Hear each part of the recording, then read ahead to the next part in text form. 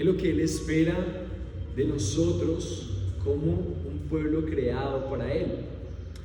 Entonces, estos mandamientos son la base de lo que Dios dirige, con lo que Dios dirige al pueblo para que pueda ser el fundamento de la sociedad.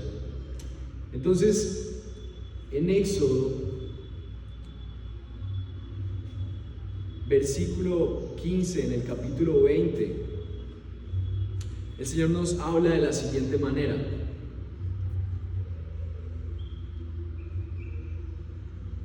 Dice así: no hurtarás.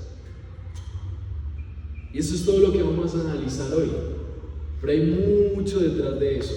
Así que quiero que oremos para que el Señor nos permita conectar en la realidad de hoy este mandamiento y ver qué implicaciones tiene para nuestra vida, y sobre todo cómo nos muestra el amor de Cristo rescatándonos de nuestra realidad caída y diferente a lo que Dios había planeado.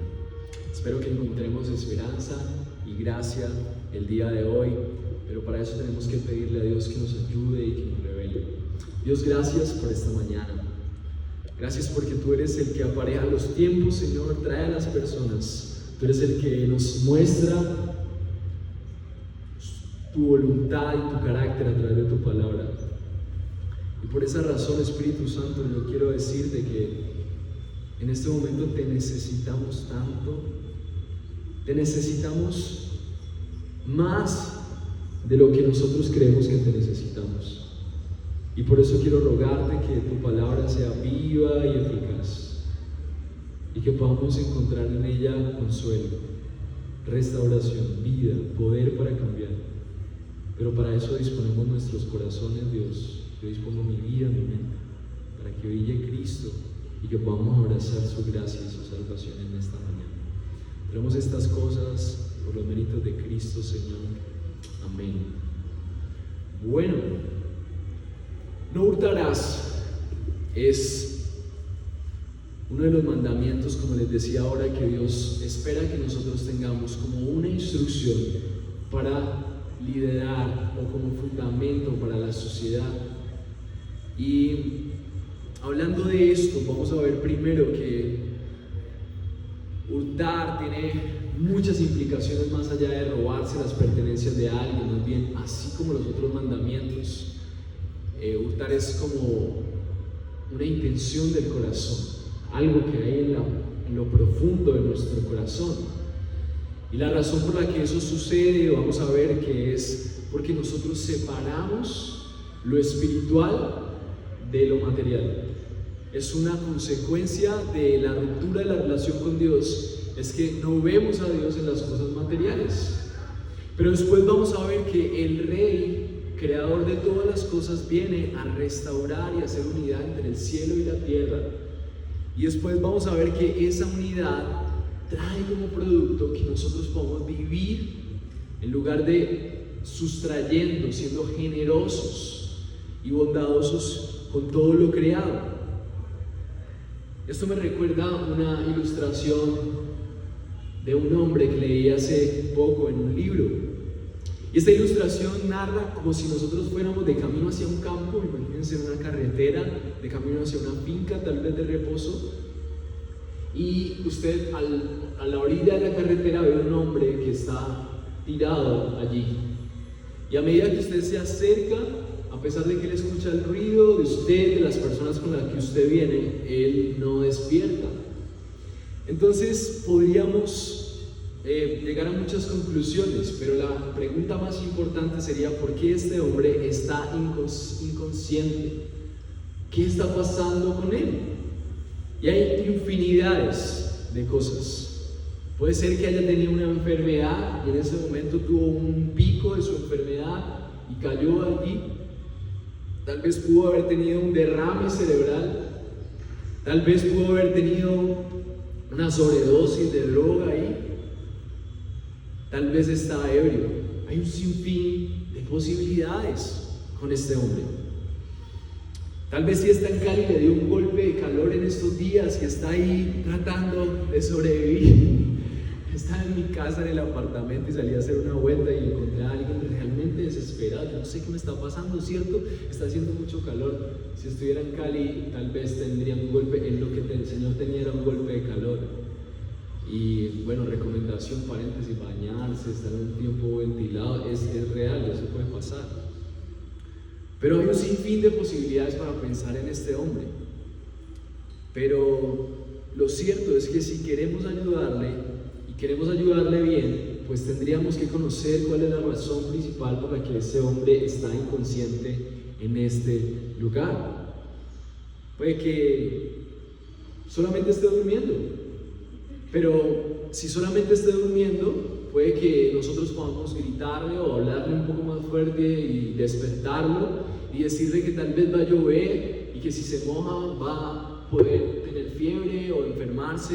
Y tal vez cuando él vea que estamos preocupados por su salud, lo agradezca y termine bien la historia. Pero si no está dormido y este hombre en vez de estar dormido está tal vez drogado, tal vez el ruido, la voz alta no le va a favorecer y lo va a tomar como una salida brusca en la situación química en la que está. Tal vez sacudirlo y gritarle en ese momento no sea suficiente. Tal vez lo que él necesite es, no sé si con nosotros, pero llevarlo a un lugar en donde pueda drenar lo que está pasando y que lo envenenó tanto, por así decirlo, en su cuerpo, y que pueda tener un tratamiento para liberarse de eso. Entonces, lo más importante en la condición del ser humano que nos recuerda esto es que nosotros tengamos un diagnóstico exacto para poder ayudar. Pero resulta que solo Dios conoce realmente quiénes somos nosotros como humanidad. Entonces, cuando Dios pensó en que cuando en Éxodo Él cuenta la historia de que Él libera a su pueblo de la esclavitud, Él lo primero que le da a su pueblo, después de liberarlo y aún antes de llevarlos a la tierra prometida, es sus leyes, sus mandamientos.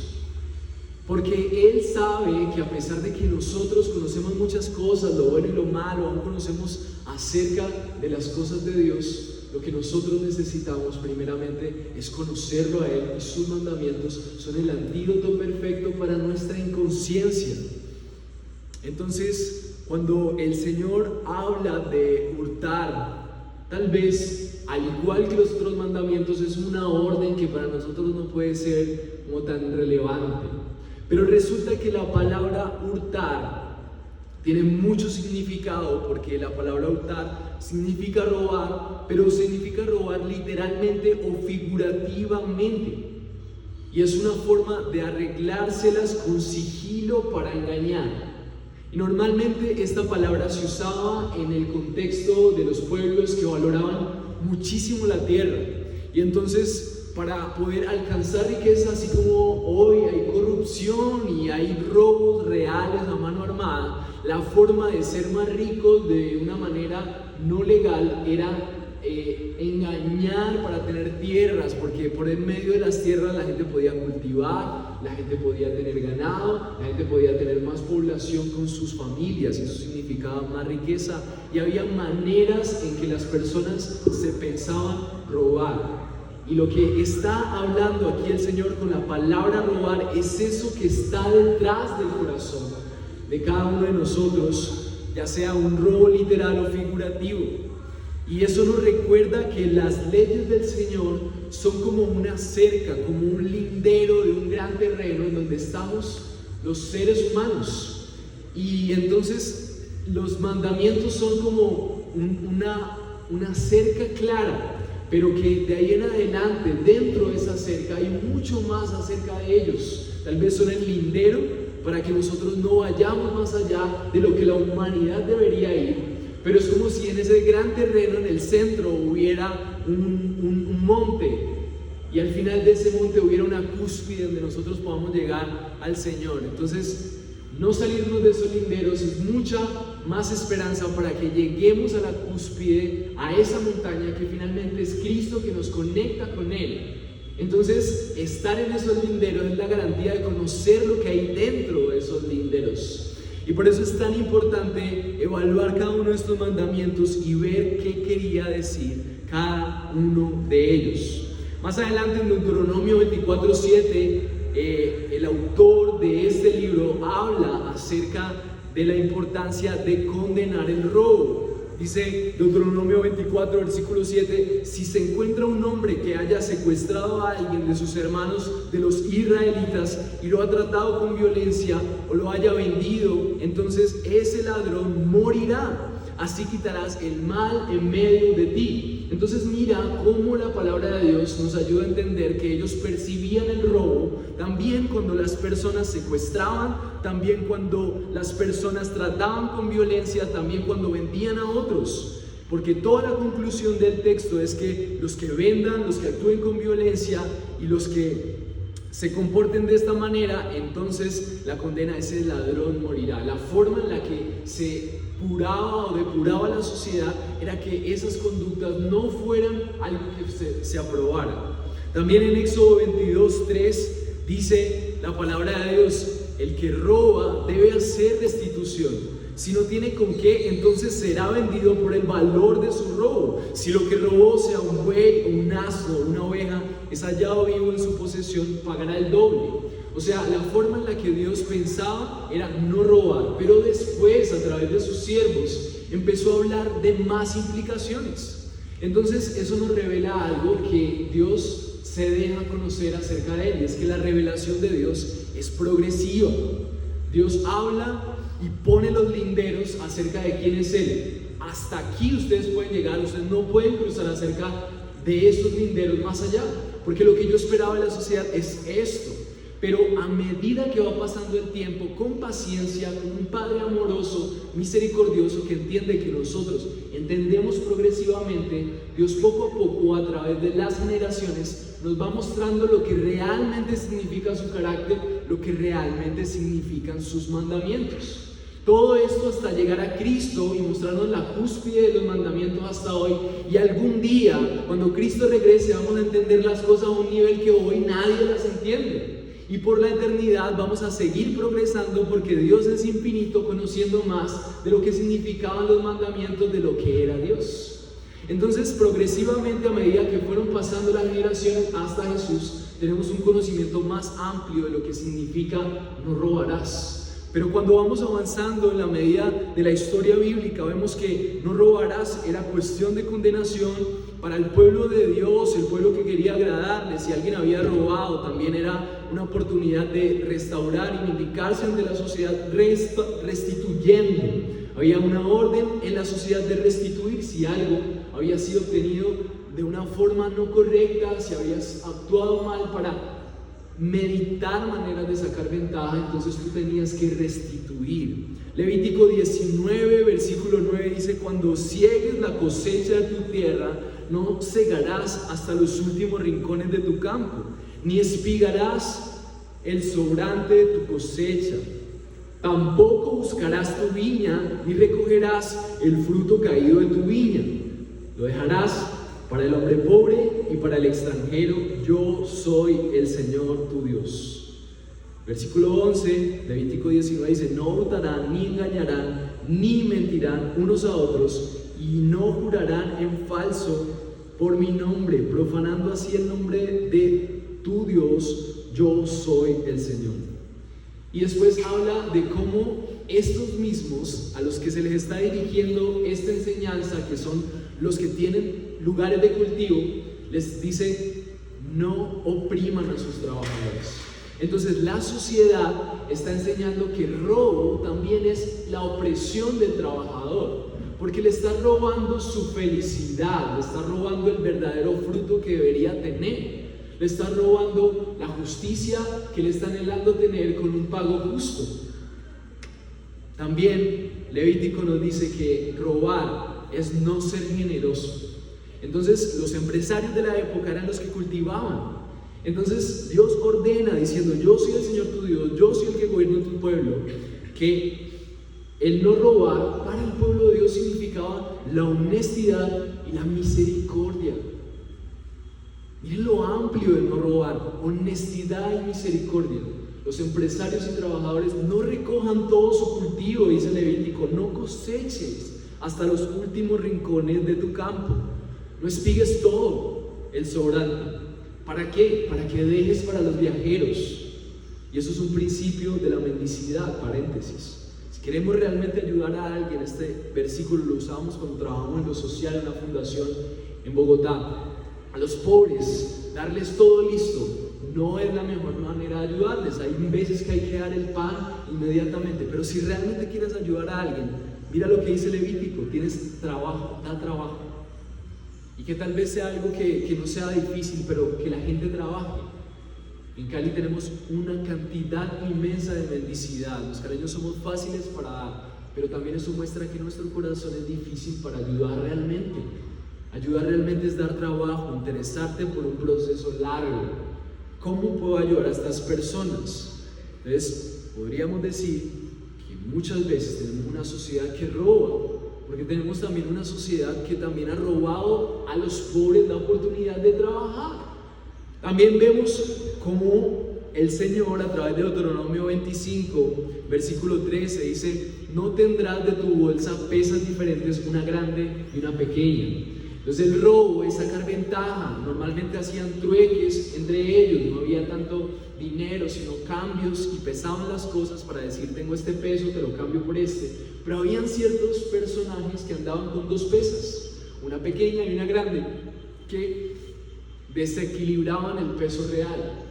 Y por eso hay un versículo en Proverbios que dice que Dios aborrece la balanza deshonesta, porque Dios ama la justicia, y no ser justo con lo que realmente cuestan las cosas, con lo que realmente debes de cobrar, es robar, según el contexto del pueblo de Dios. También en Job 20, versículo 19 dice: pues ha oprimido y abandonado a los pobres, se ha apoderado de una casa que no construyó.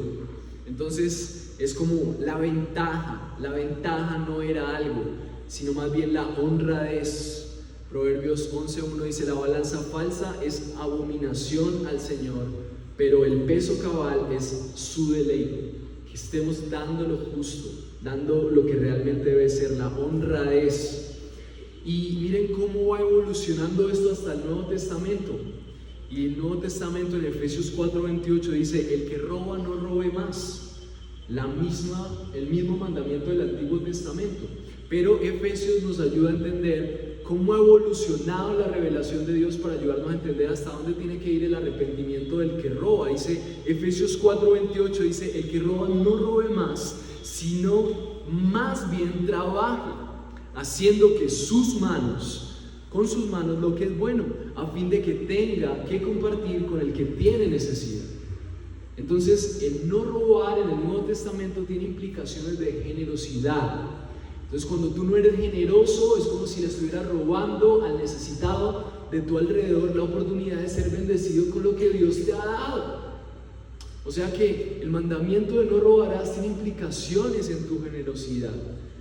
Entonces, también lo vemos reflejado en Romanos 13, versículo 9, dice: porque esto: no cometerás adulterio, no matarás, no hurtarás, no codiciarás, y cualquier otro mandamiento en estas palabras se resume en: amarás a tu prójimo como a ti mismo. Entonces, en el Nuevo Testamento, no robar es amar a tu prójimo. Cuando tú amas a tu prójimo, entonces tú le estás dando generosamente algo que nunca jamás te podrá devolver: tu amor, tu tiempo, tu escucha. No robes la oportunidad que las personas tienen de ser amadas por lo que Dios te ha dado, ese amor inagotable. Para el Señor, el reino espiritual está conectado con el reino material. Entonces, en este momento, Dios está enseñándole al pueblo de Dios que lo que ellos hagan con sus recursos materiales, con su tierra, con su tiempo, con su amor y con todo lo que ellos tienen, refleja lo que Dios y su reino generoso es. Porque Dios no está allá y nosotros estamos acá. El Señor también está estableciendo su reino aquí. No son dos lugares diferentes. El mundo fue fundado en generosidad. Tenemos más agua de la que necesitamos, la hemos agotado, pero tenemos muchísimos recursos naturales, más de lo que necesitamos. El problema es que estamos gastando más de lo que necesitamos también. Pero Dios nos dio generosamente, nos dio muchas especies, nos dio muchos sabores. Hermanos, llega otro país y prueban unas frutas. ¿Esto existía? Ni siquiera las hemos probado, ni siquiera las conocemos. Porque Dios es generoso. Dios fundó el mundo en generosidad. Y una consecuencia de la caída es que nosotros no somos generosos. Y entonces empezamos, no solamente retenemos, sino que quitamos. Y entonces Dios quería enseñarle al pueblo de Dios que lo extremo es robar, pero Dios quiere un flujo de generosidad. Y si Dios quiere que seamos conocidos de alguna manera, es que nosotros somos generosos. Tim Keller, en su libro Toda buena obra, dice que las profesiones son como máscaras de Dios. Y Dios ha permitido que nos desarrollemos como humanidad, porque a través de esas profesiones es como si Dios se pusiera una máscara diferente de doctor, una máscara diferente de artista, una máscara diferente de músico, o de antropólogo, o de ingeniero eléctrico o electricista. Y a través de esas cosas, Él sirve a la humanidad, mostrando su generosidad, dándoles sabiduría, dándoles recursos, dándoles inteligencia. Pero ¿qué hemos hecho de las profesiones? Formas en las que adquirimos y acumulamos para nosotros.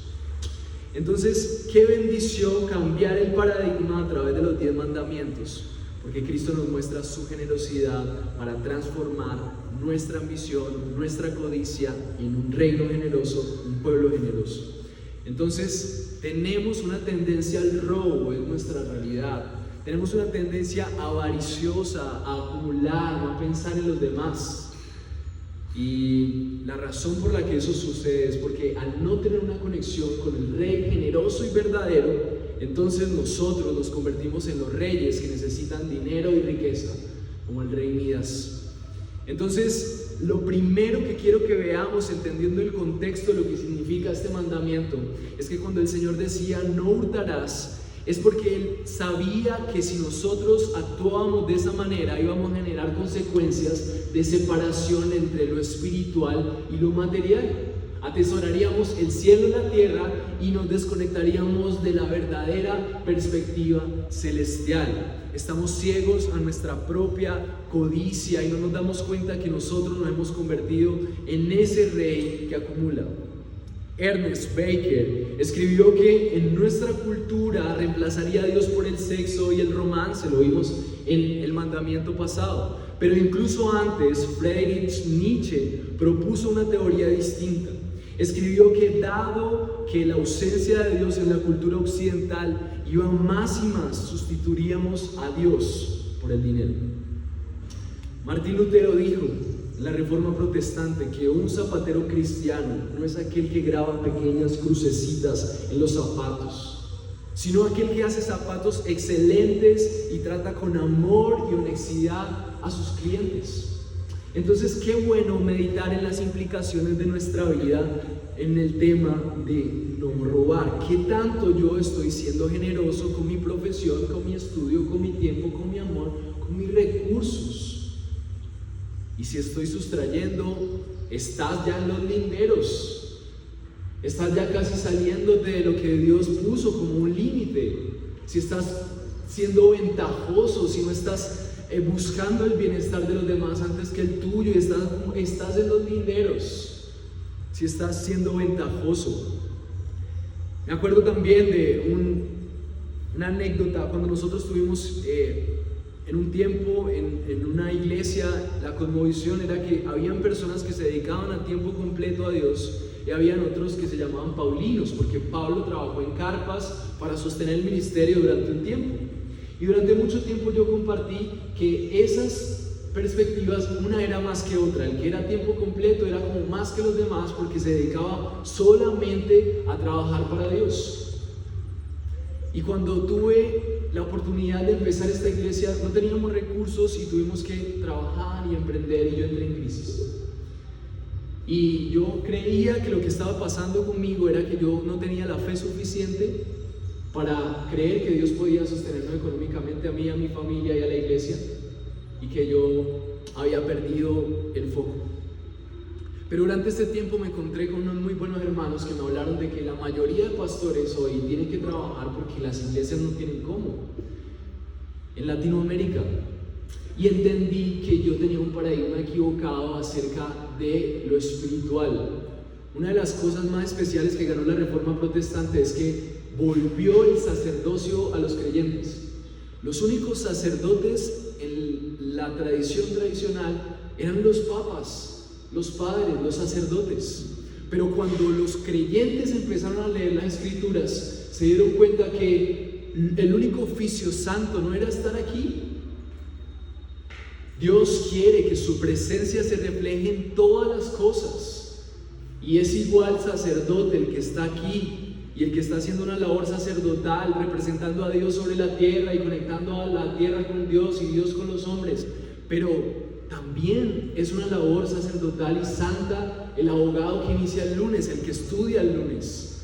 Porque Dios quiere que su presencia esté en todas las cosas.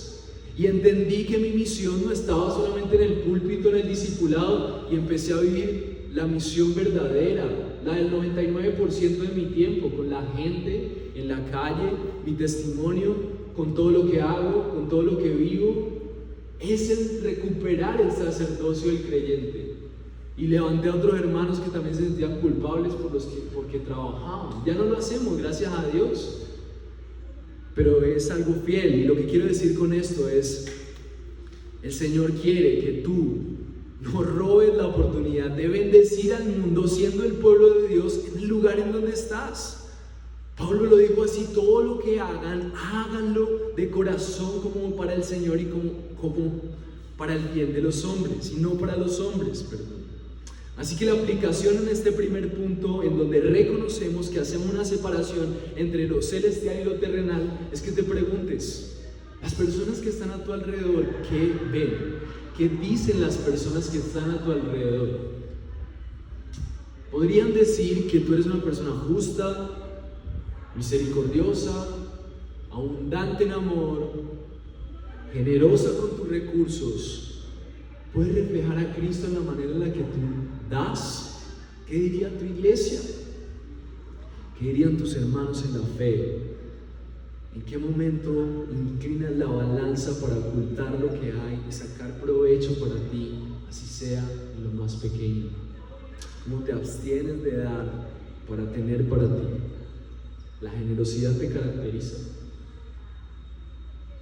Me encantan los 10 mandamientos porque van al corazón. ¿Qué te caracteriza?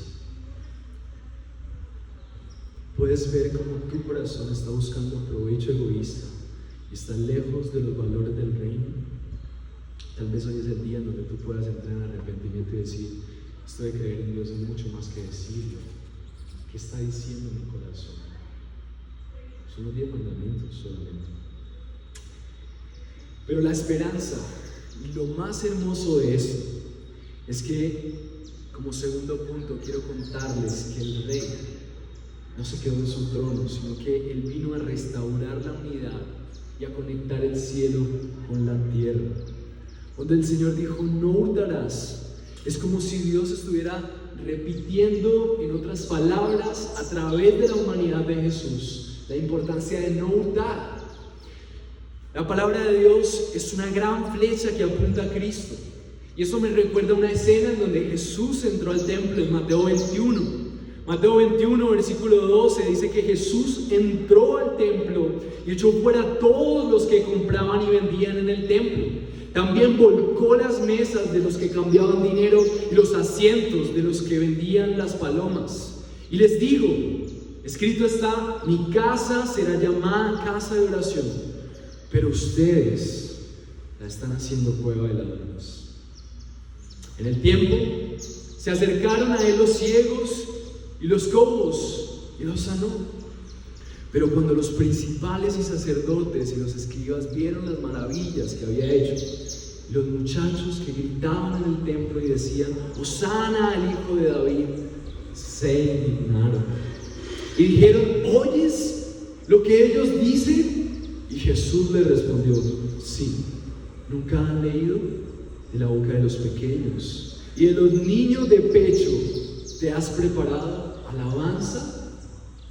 Lo que quieren decir estas palabras, que Jesús entró al templo y echó fuera a todos los que compraban y vendían en el templo, y que volcó las mesas de los que cambiaban dinero y los asientos de los que vendían palomas. Es la expresión de un Dios que está molesto por la mentira y el engaño de una humanidad que aún ha usado las cosas de Dios para robarle a la gente. Y el carácter de Dios se ve manifestado, al igual que en los 10 mandamientos, en Jesús, mostrando que aún la depravidad de nuestro corazón no solamente roba en lo cotidiano, sino que se ha metido a la iglesia. Y entonces en los púlpitos están rasurando a las ovejas, prometiéndoles prosperidad. Y eso es exactamente igual que los fariseos. Pero déjame decirte una cosa: la razón por la que en el templo se vendían y se compraban palomas y se cambiaba de dinero era porque la gente con esperanza venía al templo para acercarse a Dios. Pero como se pedían ofrendas, ellos tenían que llevar ofrendas que fueran gratas, que fueran animales puros, que fueran la moneda local, y venían de ciudades desesperados buscando a Dios. Y los religiosos aprovechaban para vender más caro, porque ellos eran los únicos que tenían las especies. Ellos mismos cultivaban los animales para hacer negocio en la iglesia, y cambiaban dinero como cuando las personas cambian en una casa de cambio. Les cambiaban a usura para aprovecharse de su fe. Pero miren lo que dice Jesús.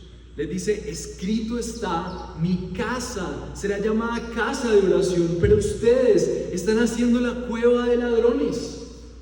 La justicia de Dios se manifiesta en Cristo contra el robo, contra la forma ventajosa de aprovecharse de las otras personas y aún más usar las cosas de Dios. Así que tenemos que estar alertas de los púlpitos como esos que están usando la palabra de Dios para prometer bendiciones si compras, si das, si ofreces más dinero. Mucho cuidado con eso. Pero también esto nos muestra algo más, y es una conexión con nuestro propio corazón. Y es como el corazón de esas personas estaban usando la presencia de Dios para buscar una bendición egoísta y solamente para ellos. Y es aquí donde no solamente los pastores ladrones caen en el paréntesis, sino también tú y yo. Cuando buscamos a Dios solamente para que nos bendiga y estamos manipulando con ofrendas y con obras para que Dios haga lo que nosotros queremos que es bueno para nosotros, y queremos robar a Dios. Y lo más grave del robo es cuando el hombre se busca maneras de robarse la bendición de Dios sin obedecerle, sin vivir una vida como Él desea.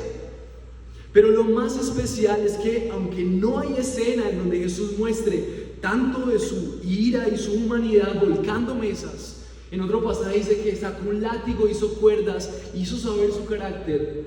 Hay algo especial aquí. Y es que en esa misma escena, el versículo 14, estamos en el capítulo 21 de Mateo, en esa misma escena dice que en el templo, en ese mismo momento, en el templo se acercaron a él los ciegos y los cojos, y los sanó. Entonces Jesús, en el mismo momento en donde deja salir su ira porque está molesto, le da a los fariseos la oportunidad de conocer el verdadero sentido del templo. Y es que la gracia generosa de Dios se derrama en las personas para liberación y para sanidad. Y el verdadero rol de los sacerdotes y los líderes es que las personas puedan encontrar libertad de su enfermedad, sanidad, consuelo. Y entonces, como si fuera una escena que le ilustraba a corazones duros, ladrones que solamente están buscando egoístamente su bendición, la gracia de Dios se derrama delante de los fariseos, mostrando amor y gracia abundante y generosa. Y en ese momento en el templo Jesús transforma la frustración, el robo, el egoísmo por la gracia generosa. Nuestra codicia queda expuesta ante el estándar de la gracia generosa de Jesús. La vida de Jesús y su entrega, su encarnación, la forma en la que se despoja y se entrega en servicio y amor por las personas, aún con tanto de lo que sufrió como humano y todo lo que se despojó en su gloria, muestra que nuestro estándar de generosidad está totalmente limitado. Pero Dios, a través de Cristo y su vida, nos muestra que nosotros tenemos un corazón egoísta, pero también nos da la oportunidad a través de Cristo de mostrarnos su generosidad. Jesús no pensó en una muestra más fuerte de transformación para esta escena con los ladrones fariseos, como tú y como yo, que mostrar la verdadera ganancia de la que ellos estaban perdiendo. Mis hermanos, muchas veces estamos buscando ganancia, acumulando más y teniendo monedas, migajas de cosas, de comida, de tiempo, de tantas tonterías, que estamos con las manos ocupadas, llenas de migajas, muchas de ellas ya podridas. Y Jesús le está mostrando a los fariseos: miren, ustedes que están tratando de generar esa ganancia con esas palomas y con esos pesos, se están perdiendo de la ganancia más importante, y es ver ante sus ojos la gracia generosa de Dios derramándose a través de sus manos, y les da la oportunidad de ver su misericordia y reemplaza la codicia por la misericordia. Unos compraban ofrendas para ganar el lugar de Dios, y entonces, sin pedir ninguna ofrenda, el Rey de Reyes sana. Sin pedir ninguna ofrenda y ningún proceso, el Rey de Reyes se acerca al enfermo, sin pedir nada a cambio. Jesús gana un lugar para los abusados, pero al mismo tiempo también para los codiciosos. El amor y la gracia de Jesús y su vida de entrega y servicio tienen que desarticular todas nuestras pretensiones. El versículo 15 dice: pero cuando los principales sacerdotes y los escribas vieron las maravillas que había hecho, y a los muchachos que gritaban en el templo y decían: Hosana al Hijo de David, se indignaron. El problema de los fariseos es que ellos no pudieron ver que la riqueza estaba en la generosidad y en la misericordia. Mis hermanos, nosotros tenemos toda una historia que nos ha mostrado la misericordia de Dios durante los tiempos. Dios ha hecho su revelación progresiva desde los mandamientos, desde el Edén, y ahora nos lo ha revelado en Cristo y a través de su vida. Nosotros no podemos ser como los fariseos. Hoy es el día en donde tu ambición, en donde tu codicia, en donde tu falta de tiempo y amor por los demás, al ver el amor derramado en Cristo en la cruz, siendo despedazado por ti, transforma la codicia por una gracia generosa y abundante que le da un nuevo significado a tu vida. Tim Keller dice que Jesús advierte a las personas mucho más a menudo sobre la codicia que sobre el sexo, pero sin embargo nadie se considera culpable de este pecado. Por consiguiente, todos deberíamos partir de una hipótesis de que esto puede ser parte de mí. Puedo ser culpable de tener mi corazón lleno de codicia. Si la codicia se escondiera también, nadie debe estar confiado de que el problema no le va a afectar. Entonces la pregunta es: ¿cómo podemos detectar y librarnos de la capacidad que tiene el dinero para cegarnos? La única manera, mis hermanos, es que puedas conocer la abundancia de la gracia de Jesús, aún para los codiciosos y para los oprimidos. El Evangelio es el derramamiento generoso del amor de Dios para tu vida. Y solo tienes que abrazar que eso está dispuesto para ti. Y cuando tú recibas tanto amor a pesar de tu codicia, y cuando tú recibas tanta abundancia y te sientas tan bendecido de ser amado a pesar de que eres un codicioso que no da nada a nadie, que no quieres compartir ni siquiera el pedazo de galleta, y cuando profundices y te des cuenta que detrás de esa galleta está un corazón totalmente egoísta, inseguro, que nunca aprendió a amar, y así veas la oscuridad de tu corazón, pero a pesar de eso veas a Jesús entrando en el templo de tu corazón, tumbando las mesas de tu hipocresía para sanar tus heridas, entonces lo único que tú vas a hacer es entregarte en servicio por el pobre, por el desamparado, por tu mamá, por tu papá, por tu hermano, por tu iglesia. Y vas a empezar a vivir el evangelio como estos jóvenes. El versículo 16 dice: y le dijeron, miren lo que decían los fariseos, ¿oyes lo que están diciendo? Aterrados. Y Jesús les respondió: sí, nunca han leído: de la boca de los pequeños y de los niños de pecho ¿has preparado alabanza? La profecía decía acerca de Jesús que Dios no revelaría estas cosas a los doctos, a los sabios, sino a la gente humilde. Para ver su corazón, los niños celebraban diciendo: ¡Hosana! Se nos fue quitado el peso. El amor y la gracia de Dios te quita el peso de saber que tu acumulación es tu única esperanza. Tu trabajo no es tu abundancia, mi hermano. Los pesos que tienes en tu bolsillo y en tu cuenta no son tu seguridad. Tu seguridad está en las cascadas abundantes de las riquezas que hay en la gracia generosa que Cristo derramó por ti en la cruz. La codicia tiene la capacidad de transformar los valores generosos del reino de Dios en robo y egoísmo. Los fariseos son la muestra de nuestro propio corazón que usa a Dios solamente para sus fines. Pero a pesar de eso, 2 Corintios 8:9 dice: porque conoces la gracia de nuestro Señor Jesucristo, que siendo rico, sin embargo, por amor a ustedes, se hizo pobre, para que nosotros, por medio de su pobreza, llegáramos a ser ricos.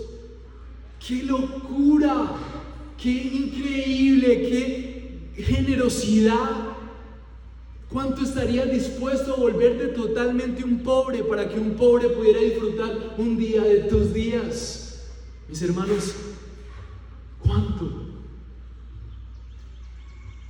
Para nosotros siquiera pensar en ese día es imposible, porque estamos tan ocupados de nuestros problemas que ni siquiera vemos que tenemos la mitad de nuestra ciudad llena de gente de necesidades a nuestro alrededor, gente enferma, con problemas, con circunstancias. La gente necesita un pueblo que le muestre a Cristo con sus manos, con su amor, con su abrazo, con su dinero, con su trabajo.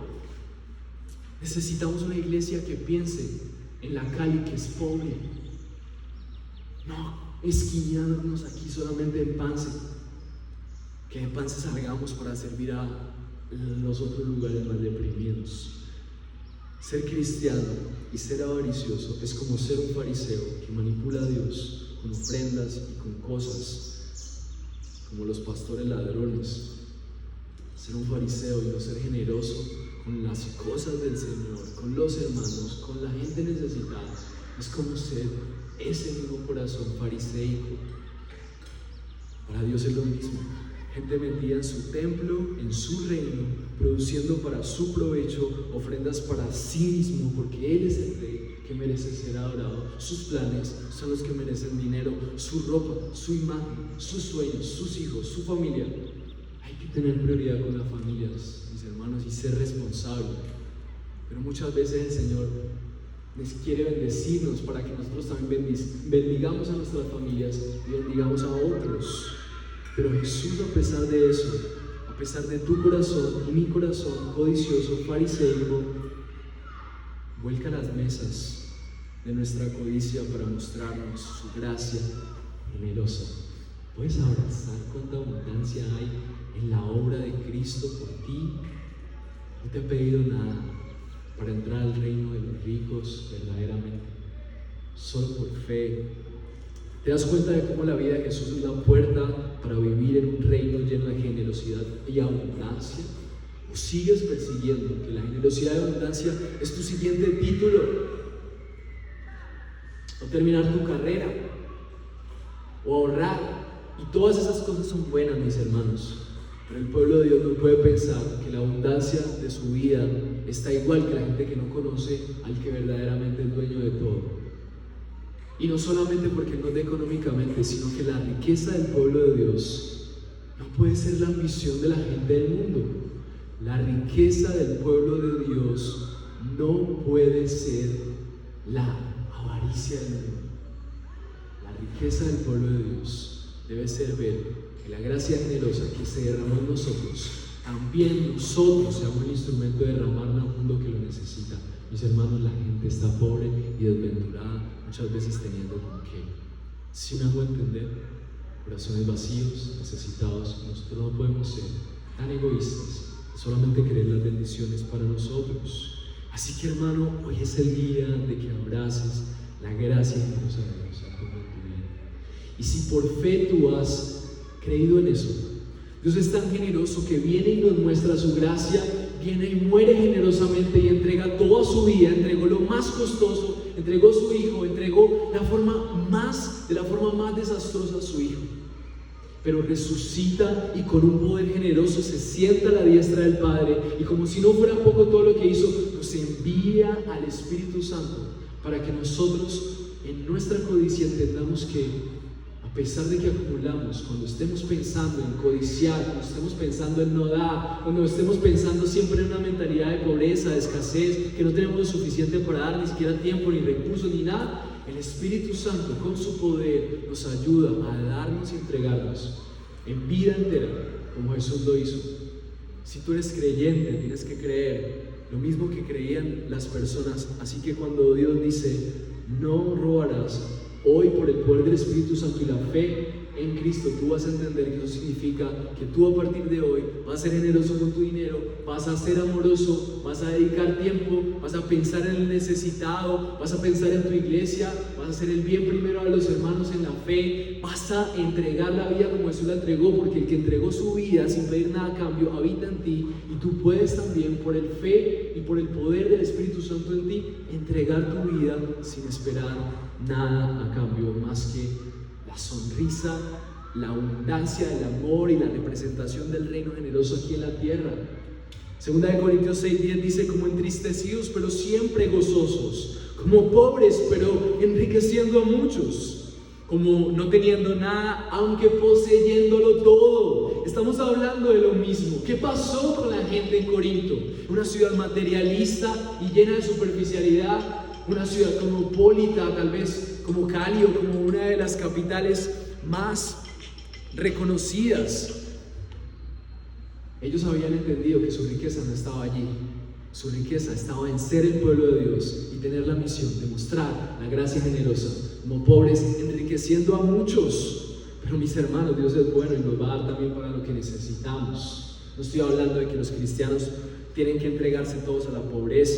Segunda de Corintios 8:14 dice, en el momento actual su abundancia supla la necesidad de ellos, para que también la abundancia de ellos supla su necesidad, de modo que haya igualdad. Como está escrito, el que recogió mucho no tuvo demasiado, y el que recogió poco no tuvo escasez. La manifestación de la restauración de una humanidad caída y codiciosa, ¿saben qué es? La iglesia, mis hermanos. La iglesia es la nueva humanidad, la nueva sociedad en donde nosotros entendemos que tenemos gente que entiende que hay que ser generoso. Y cuando nosotros somos generosos en la iglesia, amamos, damos de nuestro tiempo, le permitimos a la gente entrar a nuestras vidas generosamente, ayudamos al necesitado entre nosotros. Somos la sociedad que Dios había pensado cuando le dijo a ese pueblo liberado de Egipto, no robes.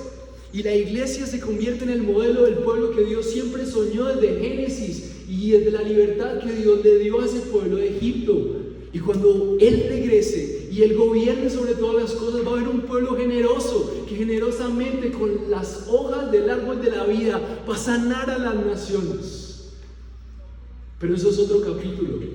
Por ahora vamos a prepararnos para representarle bien. Lo que pasaba en los Corintios es que las necesidades de los hermanos eran suplidas por las necesidades de los otros hermanos. Mi hermano, yo puedo verlo. Mis necesidades son suplidas por hermanos, por ustedes y por otros hermanos que ni siquiera me imagino. Ustedes pueden vivir esta dinámica. No es idílico, mis hermanos. No es idílico y va a estar lleno de defectos, pero cuando el Rey regrese, ese va a ser el estándar de nuestra sociedad. y tenemos que gozarnos en la generosidad. 2 Corintios 9:12 dice: porque en la administración del servicio no solo suple con plenitud lo que falta a los santos, sino también sobreabunda a través de muchas acciones de gracias. La gente estaba entendiendo que la adoración y el servicio no solamente suplía a las necesidades de los santos, sino que la gente daba gracias. Las ciudades agradecían por la iglesia. ¿Cuánto nuestra iglesia podría representar que nosotros somos ciudadanos que desean hacerle el bien a los necesitados? 1 Timoteo 6:18: enséñales que hagan el bien y que sean ricos en buenas obras, generosos y prontos a compartir. Haciendo el bien a la iglesia, pero también haciendo el bien al necesitado. Y sobre todo una forma de generosidad más amplia y más grande está en Hechos 20:34. Dice: y ustedes saben que estas manos me sirvieron para mis propias necesidades y de las que estaban conmigo. La generosidad más abundante fue la entrega que hicieron los cristianos, aún por su vida, con sus recursos, para apoyar la misión de Dios. Porque tú puedes dar pan al hambriento, pero ese pan no saciará el hambre de su alma.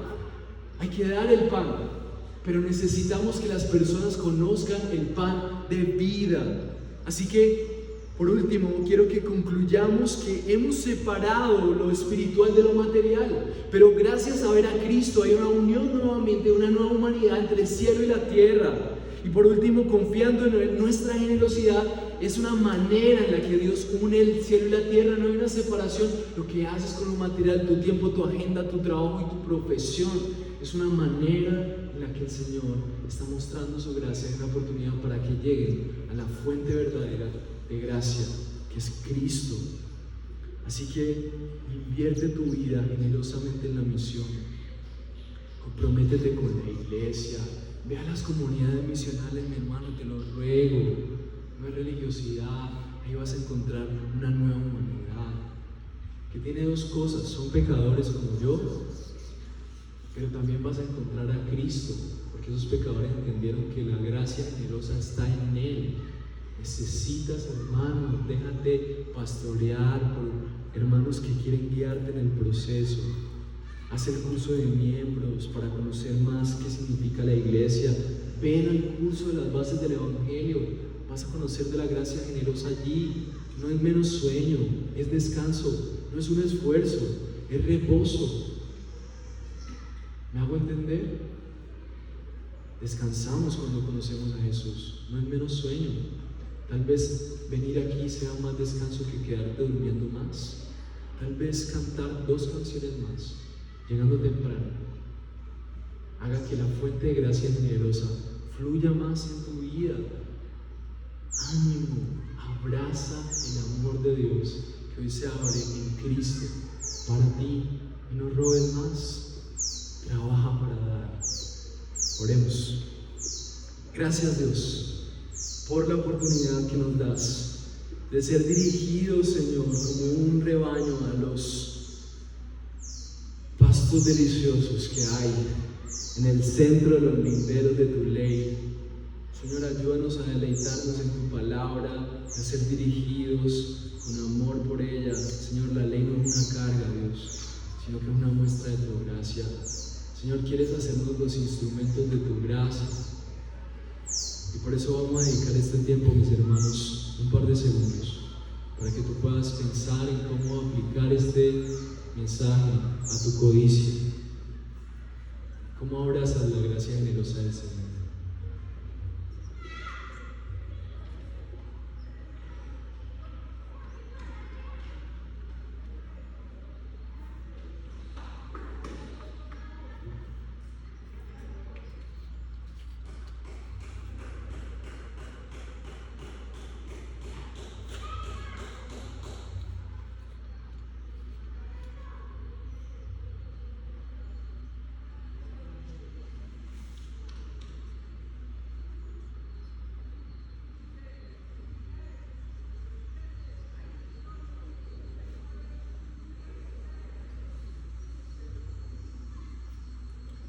Señor, necesitamos arrepentirnos de esos comportamientos.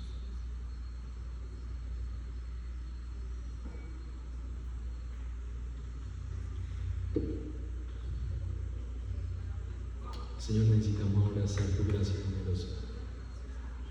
disfrutar de ella, Dios, y dar de esa gracia a otros. Confiamos en lo que tu Espíritu Santo hará en nosotros, solo por ver a Cristo y su entrega también. Descansamos en tu preciosa